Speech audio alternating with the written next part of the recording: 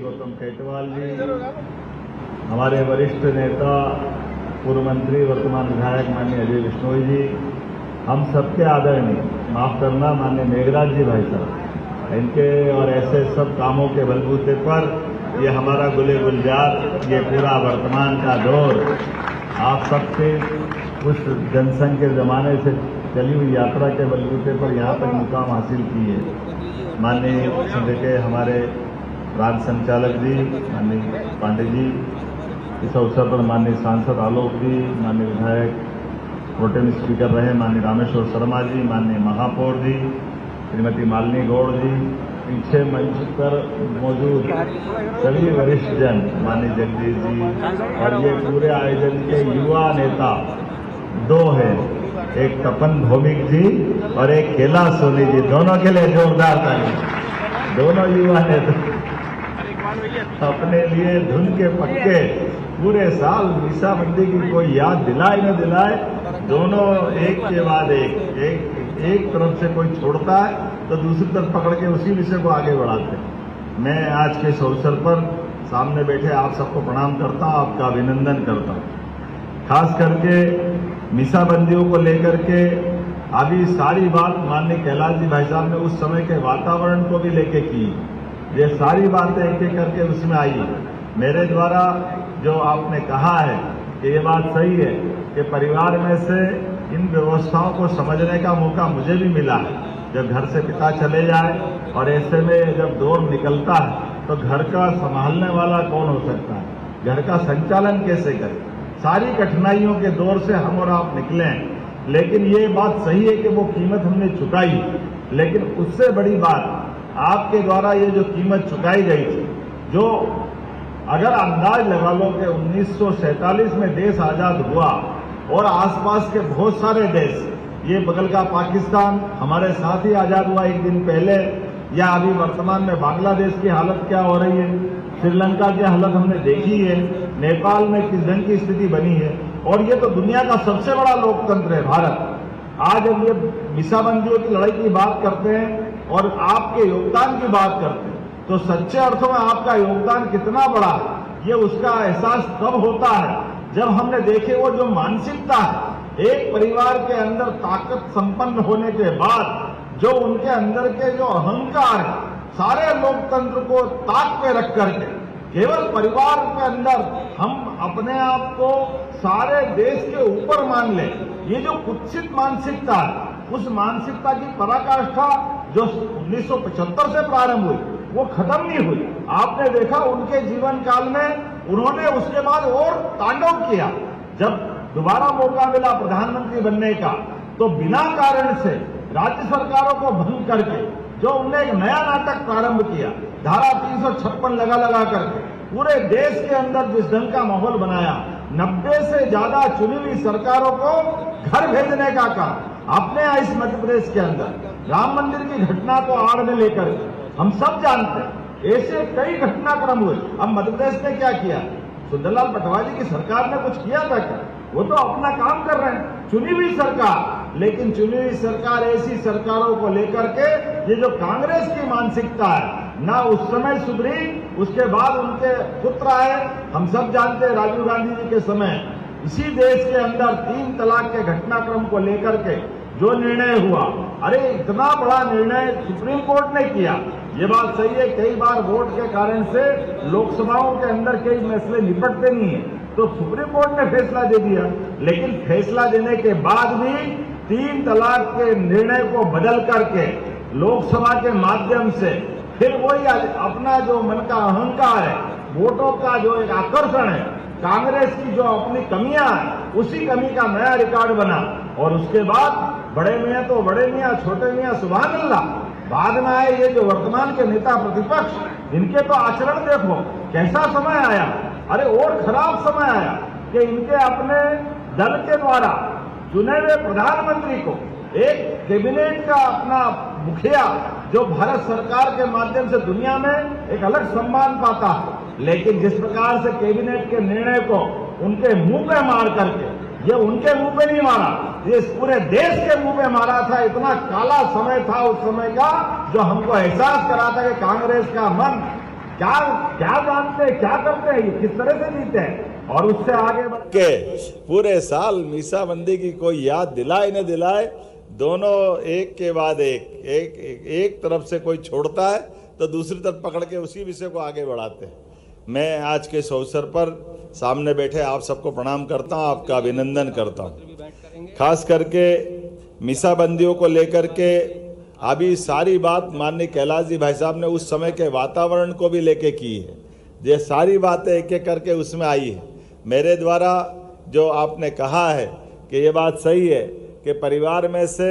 इन व्यवस्थाओं को समझने का मौका मुझे भी मिला है। जब घर से पिता चले जाए और ऐसे में जब दौर निकलता है तो घर का संभालने वाला कौन हो सकता है, घर का संचालन कैसे करे, सारी कठिनाइयों के दौर से हम और आप निकले हैं। लेकिन ये बात सही है कि वो कीमत हमने चुकाई है, लेकिन उससे बड़ी बात आपके द्वारा ये जो कीमत चुकाई गई थी, जो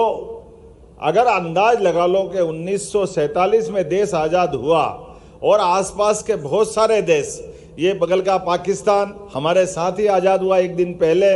या अभी वर्तमान में बांग्लादेश की हालत क्या हो रही है, श्रीलंका की हालत हमने देखी है, नेपाल में किस ढंग की स्थिति बनी है, और ये तो दुनिया का सबसे बड़ा लोकतंत्र है भारत।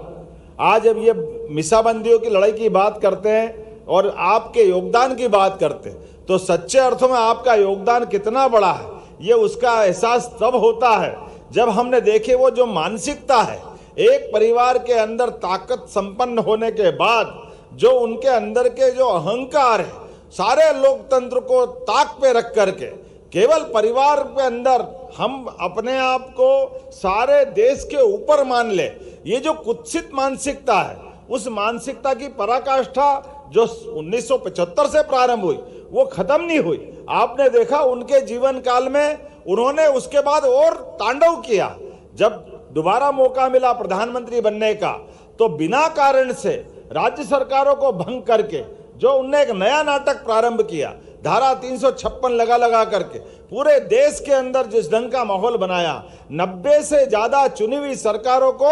घर भेजने का काम आपने इस मध्य प्रदेश के अंदर राम मंदिर की घटना को आड़ में लेकर के हम सब जानते हैं ऐसे कई घटनाक्रम हुए। अब मध्य प्रदेश ने क्या किया था, सुंदरलाल पटवा जी की सरकार ने कुछ किया था क्या? वो तो अपना काम कर रहे हैं, चुनी हुई सरकार। लेकिन चुनी हुई सरकार ऐसी सरकारों को लेकर के ये जो कांग्रेस की मानसिकता है ना उस समय सुधरी, उसके बाद उनके पुत्र आए। हम सब जानते हैं राजीव गांधी जी के समय इसी देश के अंदर 3 तलाक के घटनाक्रम को लेकर के जो निर्णय हुआ, अरे इतना बड़ा निर्णय सुप्रीम कोर्ट ने किया। ये बात सही है, कई बार वोट के कारण से लोकसभाओं के अंदर कई मसले निपटते नहीं है तो सुप्रीम कोर्ट ने फैसला दे दिया, लेकिन फैसला देने के बाद भी 3 तलाक के निर्णय को बदल करके लोकसभा के माध्यम से फिर वही अपना जो मन का अहंकार है, वोटों का जो एक आकर्षण है, कांग्रेस की जो अपनी कमियां हैं उसी कमी का नया रिकॉर्ड बना। और उसके बाद बड़े मियाँ तो बड़े मियाँ, छोटे मियाँ सुभान अल्लाह। बाद में आए ये जो वर्तमान के नेता प्रतिपक्ष, इनके तो आचरण देखो कैसा समय आया है। अरे और खराब समय आया कि इनके अपने दल के द्वारा चुने हुए प्रधानमंत्री को एक कैबिनेट का अपना मुखिया जो भारत सरकार के माध्यम से दुनिया में एक अलग सम्मान पाता है, लेकिन जिस प्रकार से कैबिनेट के निर्णय को उनके मुंह पे मार करके, ये उनके मुंह पे नहीं मारा, ये इस पूरे देश के मुंह पे मारा था। इतना काला समय था उस समय का जो हमको एहसास करा था कि कांग्रेस का मन क्या जानते हैं, क्या करते हैं, ये किस तरह से जीते हैं। और उससे आगे बढ़कर के भी हमने देखा है कि कहां एक तरफ नेता प्रतिपक्ष जैसा 50 साल तक तपोनिष्ठ नेता 5 प्रधानमंत्रियों के सामने 50 साल तक दहाड़ते हुए अटल बिहारी वाजपेयी जी ने नेता प्रतिपक्ष के पद को कितनी गरिमा आसमान की ऊंचाइयों तक ले गए। दुर्भाग्य के साथ कहना पड़ेगा जब ये बने तो उसको रसातल में ले जाने का काम किया, कितना लज्जित कर दिया। इसी देश के अंदर, इसी प्रदेश में अभी से कुछ दिन पहले ये जो अपनी घटना सिंदूर वाली हुई, जोरदार अभिनंदन करो माननीय प्रधानमंत्री जी के माध्यम से। देश के दुश्मनों से निपटने के लिए देश के सेना को जिस प्रकार से छूट देकर सर्जिकल स्ट्राइक, एयर स्ट्राइक और वर्तमान में खुली चुनौती सिंदूर के माध्यम से लेकिन जो पाकिस्तान के प्रधानमंत्री नहीं बोल पाए, जो वहां का सेना अध्यक्ष नहीं बोल पाया, दुनिया का कोई नेता, अमेरिका के ट्रंप से लगा करके जो व्यक्ति कोई वो शब्द नहीं बोला, जो शब्द ये नेता प्रतिपक्ष ने लजाने का काम किया, सरेंडर किया भारत ने, ये सेना का अपमान करने का कलंक लगाया, ये केवल अहंकार है और नादानी है, जिसके भरोसे से हमारा आपके माध्यम से दिया गया ये जो संकल्प है कि सच्चे अर्थों में लोकतंत्र की रक्षा करना है, तो ये कांग्रेस और कांग्रेस के नेतृत्व से देश को बचाना है। यह आपकी लड़ाई को पूरा देश जारी रखेगा, पूरा देश सिर माथे लगा करके आपके उस 50 साल पुराने किए गए संघर्ष को याद रखेगा। और यही समय है जब दुनिया भारत की तरफ देख रही है, भारत में यशस्वी प्रधानमंत्री के नेतृत्व में जिस प्रकार से अलग अलग प्रकार से हमारी सनातन संस्कृति के उच्चतम मापदंड स्थापित हो रहे हैं, दुनिया भारत के उस लोकतंत्र की जड़ों को देखती है। हाँ, लोकतंत्र की जड़ें कितनी गहरी है, हमारे भारत की तरफ देखो। 5000 साल पहले भी भगवान कृष्ण ने द्वारका में अपने पुत्र को राजगद्दी नहीं दी, ये हमारा देश का लोकतंत्र कहता है। 2000 साल पहले विक्रमादित्य ने शकों को परास्त करने के बाद अपने पुत्र को गद्दी नहीं दी, ये हजारों लाखों साल का हमारा इतिहास है, जो सच्चे अर्थों में लोकतंत्र की जननी के नाते से जाना जाता है। तो मैं मान के चलता हूं, आज के इस अवसर पर आप सबके माध्यम से जब प्रदेश भर के सारे ऐसे लोकतंत्र सेनानियों का सम्मेलन हो रहा है, ऐसे में हमारी सरकार कुछ काम कर दे तो ऐसा लगता कि सच्चे अर्थों में हमारी सरकार बनाना सार्थक हो गया। मेरी अपनी ओर से आप सबको बधाई देता हूं, आपको प्रणाम करता हूं, आपके उस संघर्ष को स्मरण करते हुए नमन करता हूं। और जो आपने बात कही थी वो सारी की सारी बातें हमने पूरा करने का प्रयास किया है, लेकिन उससे आगे बढ़कर भी अभी और भी हमने कुछ चीजें सोची है। जैसे 70 साल से ऊपर वाले सारे स्वतंत्रता सेनानियों को आपको आयुष्मान कार्ड निःशुल्क जो दिया जाएगा, ताकि आपका इलाज पूरा तौर पे सरकार की चिंता रहेगी, आपको स्वयं को चिंता करने की जरूरत नहीं। और किसी कारण से अब करेली में रहते हैं हमारे माननीय कैलाश जी, और आपको कोई भगवान न करे अगर वहां से लेके जबलपुर या दिल्ली बंबई भी जाना पड़े, तो पीएम एयर एम्बुलेंस के माध्यम से सारे मित्रों के लिए ये व्यवस्था हम हमारी सरकार के माध्यम से देने वाले। आपका सबका वो जो योगदान है पीएम एयर एम्बुलेंस के माध्यम से, या जो हमारी सरकार ने सबकी चिंता की, तो सबसे पहली चिंता तो लोकतंत्र सेनानियों की होगी। होना चाहिए कि नहीं होना चाहिए? आपकी चिंता नहीं होगी तो किसकी होगी? और उससे आगे बढ़ करके आपके अपने परिवार में भी हमारी सरकार ने इस वर्ष को 2025 को उद्योग और